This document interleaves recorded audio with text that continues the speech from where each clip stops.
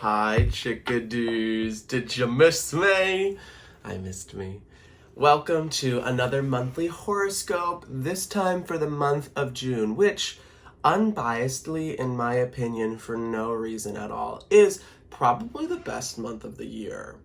Not only does the June astrology of 2022 just look so tasty and so delicious, but there is a very, very special and iconic and stunning event which happens right at the beginning of the month. So without further ado, let's cut the bullshit and get right into the transits, and make sure to stay tuned for a sign-by-sign horoscope coming up at the end.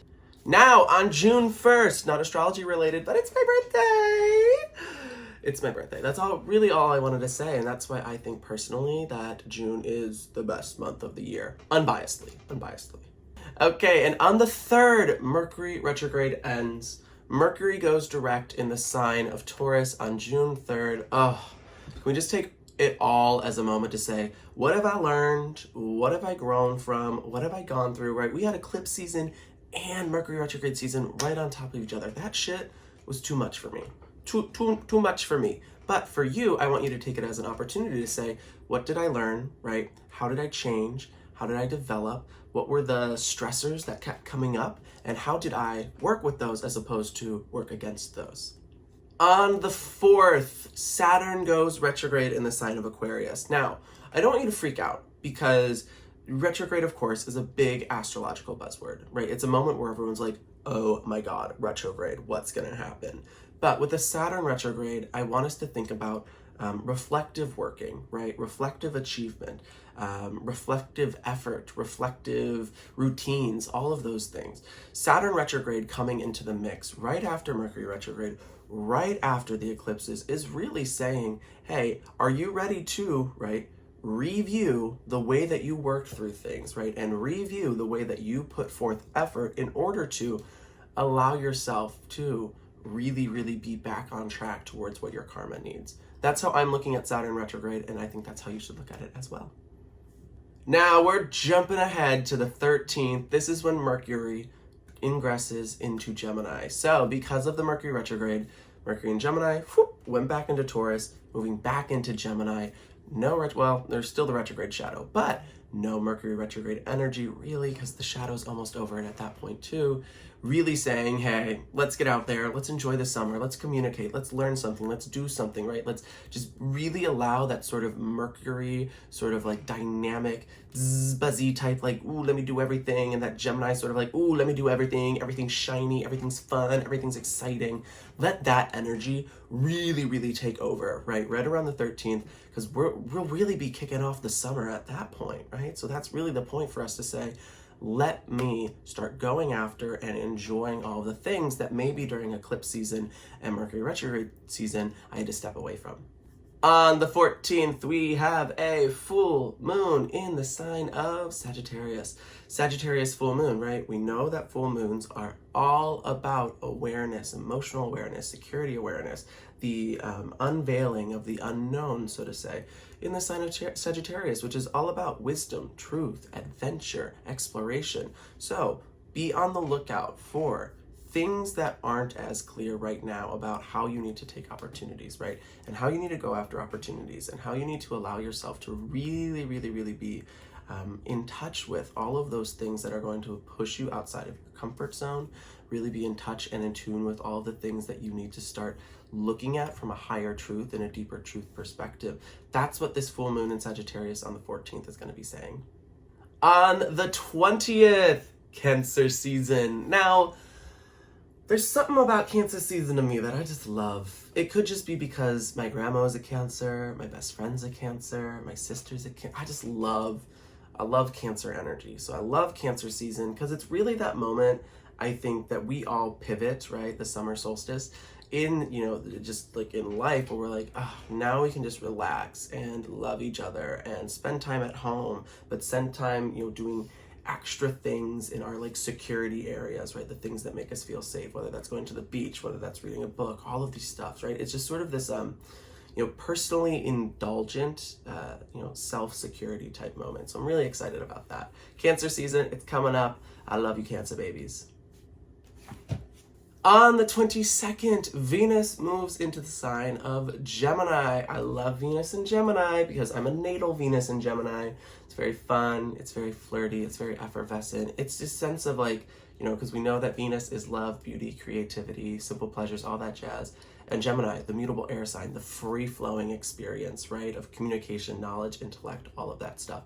It is another one of these moments that this is why I love the astrology of this summer, where it's just kind of like, I'm just going to get out there. I'm going to not allow like thoughts or fears or anything like that inhibit my ability to have fun and give myself that moment of happiness or give myself that moment of a simple pleasure. It's really exciting. It's fun. It's dynamic. It's just this moment of being able to say, you know what? Why not? Why not? I'm just going to make it happen because why not? And on the 28th, we have a double whammy. The first one that we have is the new moon in Cancer, new opportunities towards emotional expression and emotional fulfillment through security. I mean, I love a new moon in Cancer. I love a Cancer moon because yes, it's emotional and yes, it's deep. And yes, it probably causes us to have really nostalgic feelings, which could be, emotional and sad. But at the same time, it's just this moment to really be in tune and aware of what the deeper core of our needs are. So, new moon in Cancer on the 28th, that's a moment and opportunity for you to start to write a new chapter, right, in a new book in what that definition of emotional security and emotional expression means for you. And on the 28th, we also have Neptune going retrograde in the sign of Pisces. Again, don't freak out about Neptune retrograde. It's again just going to be one of these more reflective moments, right, as it pertains to all things Neptunian. So starting to reflect more on security, the way that you surrender to serve other people, looking at reflecting on your ideas of glamour, right, and things that you possibly over-glamorize or under-glamorize. It's going to be looking at the more secretive, private areas of the life too. It's going to be looking at your duty in the collective, right? So all of these themes are going to transpire, right, starting at the end of June and lasting through December. All right, chickadees, those are all of the transits. Now let's get into a sign-by-sign breakdown of what you can expect. Make sure to look at your sun, your moon, and your rising for all of these little horoscopes. Now, chickadees, for this horoscope, I want to try and take it in a new little route. I'm going to be giving a general theme, word, phrase for each of the signs. And remember, look at your sun, moon, and rising that I think is going to encompass the entirety of, right, the month ahead. So let's get right into it. Aries, the theme of this month, I think, is the value of friendships and family. Really looking at who do you really value that time with? How do you value that communication with them? And how do you fit into the picture of the grander scope of that definition of home? Tauruses, this theme of this month is going to be the value of work, right? The value of why are you doing the things that you're doing, right? On top of the level of achievement that you get, right? Do you value what you're doing and are you getting the value, right? The value add back? Are you getting that sort of recognition from a social perspective for everything that you're putting effort towards? Because if you don't love it, then why are you doing it? Geminis, this month, I just want it to be all about self-love. All about self-love, self-care, really respecting yourself, really allowing yourself to step into the light that you imagine for yourself and you glamorize for yourself. That's what I would love to see for all of my Geminis, is to just give yourself a little bit extra love during this month. Cancers, the theme of this month is identity and emotion, right? Something that I know about all water signs is that they can hold back their emotions because they don't want to be seen as too much, right? Or too extreme or, whatever, based on what they're feeling. However, understanding that who you are and what you feel aren't mutually exclusive events, right? They're two things that make you a stronger, better version of yourself. So that's the theme for June. Leos, I want you to think about this theme of societal perspective, right? Not only the way that you view your social groups, right? Not only the way that you view the people that you engage with, right? And society as a whole, but also how you fit into that picture, right? And the relationships that you've built and been able to foster through that perspective that you have. It's going to be a big tone for the month of June that's going to bring a little extra awareness overall. Virgos, the theme of this month is going to be awareness and effort. Being aware of the bigger picture as it pertains to how much effort are you putting in, right? Are you just going with the flow, doing the grind, right? That sort of habitual sort of experience, or are you exerting effort as it pertains to the greater sense of awareness of what that big picture is for you? Libra, this month is all about new beginnings. It's all about trying something new. It's all about going on an adventure. It's all about getting your feet wet, right? Rather than just dipping your toe into the pool, just jump. It doesn't matter if it's freezing cold, because that's the new beginning that you need to go after, and that's the new opportunity that I want you to pursue during this month. Scorpio, the theme for this month is shared experiences and family. Really taking extra time during June to connect deeper, right? To really, really break through the mold, break through the cracks that might, have formed in the past, right? And really finding a way, how can I mend and nourish and just spend more, right? Inclusive time with those people that I love. Sagittarius, the theme is interconnectedness on the whole scope of what it means to be in a relationship, whether that's platonic, romantic, business. I was going to say business, or I was going to say professional, but business and professional are the same sort of relationship.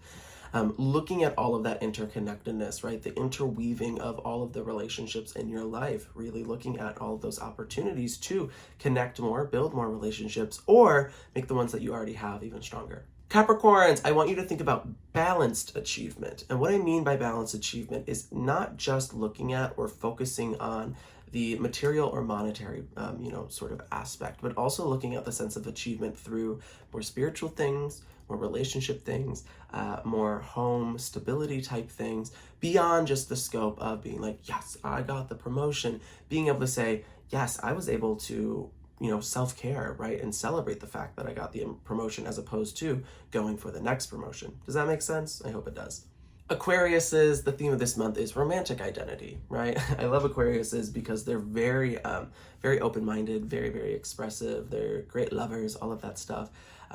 But right, really looking at the self and how can you put this self into a more romantic context, right? As opposed to sometimes being that Aquarius who will, carry the burdens of others or carry the, expression of others as a form of themselves, right? Because it's that humanitarian quality. Really saying, who am I and how does that play into a deeper, more sexual connotation? And Pisces, I really want you to reflect on the self and the home. This is probably something that's so easy for Pisces, right? Just to be looking at their safe space, right? And that security space. But I want you to take a little bit of extra time to make sure that every little area in your home, that is a loud airplane. I don't know if you can hear that.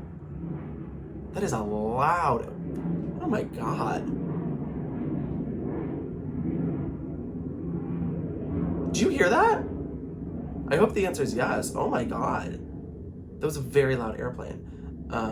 Anyway, Pisces, looking at, right, how is that sprinkling of your identity in the safe space, right? So that when people come in, they feel really deeply connected to you and what you have to provide and offer for them. Well, my chickadees, that is all that I have for you today. Remember, if you want more content on astrology, spirituality, spiritual wellness, tarot, all of that good stuff, make sure to check out Smudge Wellness on Instagram, here on YouTube, and then also TikTok, all of the social platforms.